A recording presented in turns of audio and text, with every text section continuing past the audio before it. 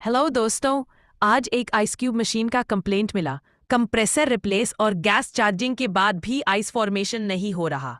Machine continuous run हो रही है। चलिए अब हम चेक करते हैं कि एक्चुअल फॉल्ट क्या निकलता है। अभी दोस्तों डिस्प्ले में कोई एरर शो नहीं हो रहा।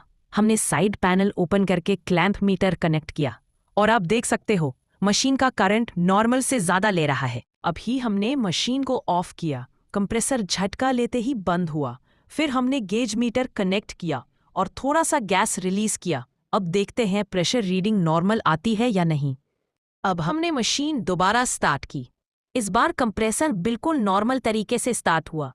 देखिए दोस्तों, अब करंट भी मशीन के स्टैंडर्ड के हिसाब से नॉर्मल हो गया है। चलिए अब आगे देखते हैं आइस प्रॉपर बन रहा है या नहीं। दोस्तों अब आइस बन रहा है और इशू सॉल्व हो गया। ऐसे ही और ट्रबल शूटिंग वीडियोस के लिए लाइक करें। Thank you.